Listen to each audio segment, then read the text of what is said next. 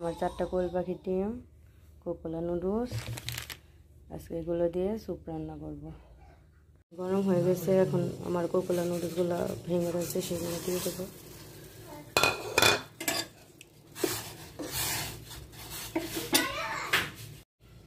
দিয়ে দিলাম মশলা।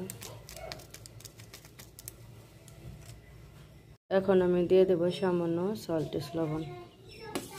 এই নুডলসটা রান্না করতেছি 3 বছরের বাচ্চাদের জন্য।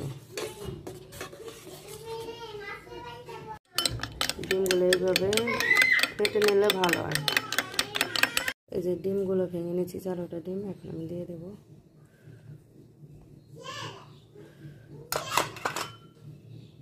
একটু অপেক্ষা করবো।